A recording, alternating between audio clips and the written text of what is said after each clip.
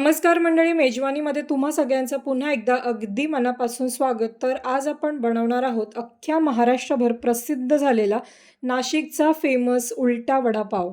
अख्ख्या महाराष्ट्रामध्ये वडापाव कोणाला आवडत नाही असे बरेच कमी लोक आढळतील.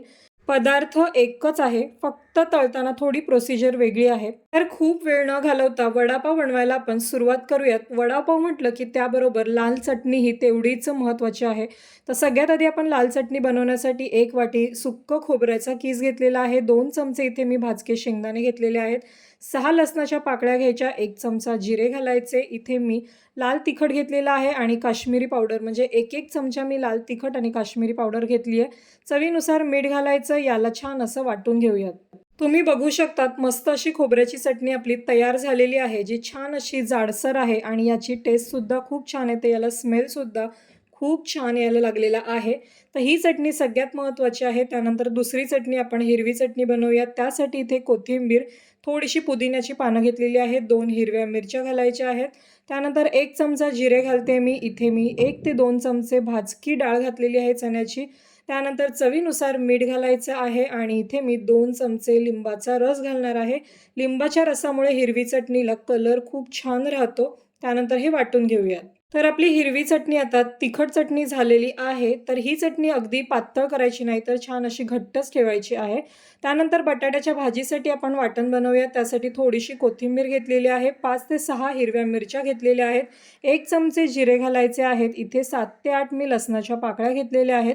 1 चमचा धने, मी अख्खे धने थोडेसे भाजून घेतलेले आहेत. त्यानंतर हे वाटून घेऊयात.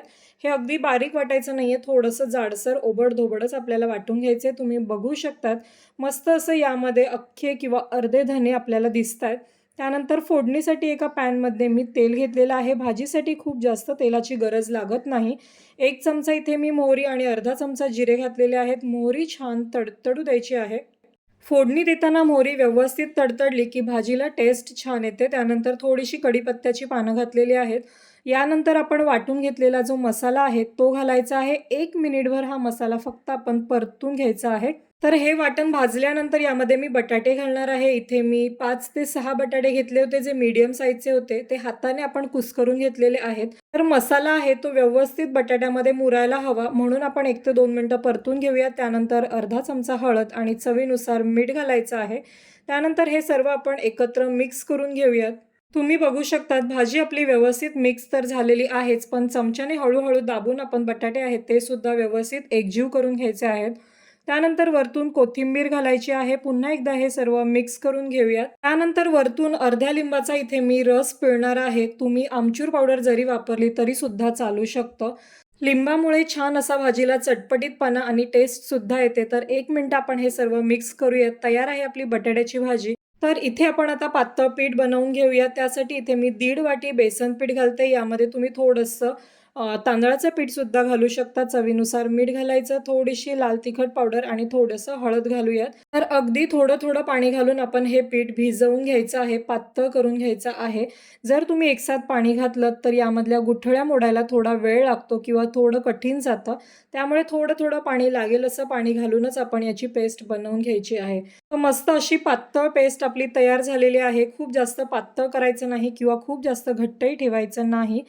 यामध्ये कोणत्याही गाठी राहिलेल्या नाही आहेत. तर आता यामध्ये थोडासा 2 चिमूटभर मी सोडा घातलेला आहे. तुम्ही यामध्ये 2 चमचे मोहनसुद्धा घालू शकता. तर आता हे पीठ साईडला ठेवून देऊयात आणि तुम्ही बघू शकता इथे मी चटण्या घेतलेल्या आहेत, बटाट्याची भाजी घेतलेली आहे आणि 3 पाव घेतलेले आहेत, जे मी तुम्हाला भरून दाखवणार आहे. तर आता इथे एक पाव घेतलेला आहे, तो मधोमध आपण कट करून घ्यायचा आहे. पाव कट करून झाल्यानंतर एका बाजूला आपण हिरवी तिखट चटणी जी आहे ती लावून घ्यायची आहे. ती चटणी भरपूर लावायची आहे. त्यानंतर दुसरी चटणी आपण केली होती, जी आपण खोबऱ्याची वडापाव बरोबर जी चटणी मिळते ती चटणी दुसऱ्या बाजूला लावायची आहे. त्यानंतर ज्या साईजमध्ये आपण वडे बनवतो तेवढ्याच साईजचा गोळा आपण बटाट्याचा घ्यायचा आहे आणि तो पावाच्या मधोमध फिल करायचा आहे. छान असा दाबून भरायचा आहे, म्हणजे तो बाहेर येणार नाही. त्यानंतर तो सर्व ठिकाणी व्यवस्थित स्प्रेड होईल. तर अशा पद्धतीने आपण पाव दाबून भरायचा आहे. तुम्ही बघू शकता 3ही पाव माझे आता व्यवस्थित भरून झालेले आहेत. तर आपण ते तळायला घेऊयात. तर इथे आपण जे बेसन पीठ तयार केलेलं आहे त्यामध्ये तो पाव आहे तो डीप करायचा आहे. तुम्ही हाताने सुद्धा डीप करू शकता किंवा चमच्याने सुद्धा करू शकता. तेल गरम झालं आहे की नाही ते चेक करूयात. यामध्ये मी पीठ घातलंय जे लगेच वरती आलंय, म्हणजे तेल आपलं व्यवस्थित गरम झालेलं आहे. त्यामध्ये आपण जो पाव आहे तो सोडायचा आहे. अगदी हळूच सोडायचा, कारण तो पाव जड असतो, त्यामुळे हलक्या हाताने सोडायचा, नाहीतर तेल उडण्याची शक्यता असते. तर झाऱ्याने किंवा चमच्याने वरच्या बाजूने थोडं थोडं तेल सोडत राहिलं म्हणजे वरचं आवरण कडक होतं. त्यानंतर पाव आपण जो आहे तो उलटून घ्यायचा आहे. दोन्ही बाजूंनी व्यवस्थित छान असा ब्राऊन रंग येईपर्यंत तळून घ्यायचा आहे. गॅस मीडियम फ्लेमवरती ठेवायचा. तुम्ही बघू शकता छान असा आपला पाव तळून झालेला आहे. जर तुम्ही अगदी फास्ट गॅसवर तळलात तर मग ते आतून बेसन पीठ आहे ते कच्चं राहू शकतं. त्यामुळे छान असं मंद गॅसवरती किंवा मीडियम गॅसवरती व्यवस्थित तळून घ्यायचं आहे. तर वडापाव म्हटलं की मिरच्या या आल्यास, त्यामुळे शेवटी आपण मस्त 6-7 मिरच्या तळून घेणार आहोत.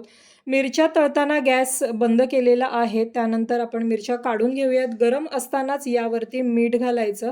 छान असं मिरच्यांना मीठ चोळून घ्यायचं, म्हणजे ते छान सर्व बाजूला लागतं. तर तयार आहे मस्त असा नाशिकचा फेमस उलटा वडापाव. एक उलटा वडापाव जरी खाल्लात तरी सुद्धा पोट भरल्यासारखं राहील. त्याबरोबर घ्यायच्या आहेत मस्त अशा मीठ लावलेल्या हिरव्या मिरच्या, वडापाव बरोबर असणारी खोबऱ्याची लाल चटणी. तर टेस्टी असा उलटा वडापाव तुम्ही सुद्धा एकदा नक्की करून बघा. कसा होतोय ते मला कमेंटमध्ये कळवा. आणि जर तुम्हाला माझी रेसिपी आवडली असेल तर प्लीज व्हिडिओला लाईक बटन प्रेस करायला विसरू नका. तर अजूनही चॅनलला सबस्क्राईब केलं नसेल तर प्लीज लवकरात लवकर सबस्क्राईब करा. भेटूयात पुढच्या व्हिडिओमध्ये. तोपर्यंत हेल्दी खा, आनंदी राहा. धन्यवाद.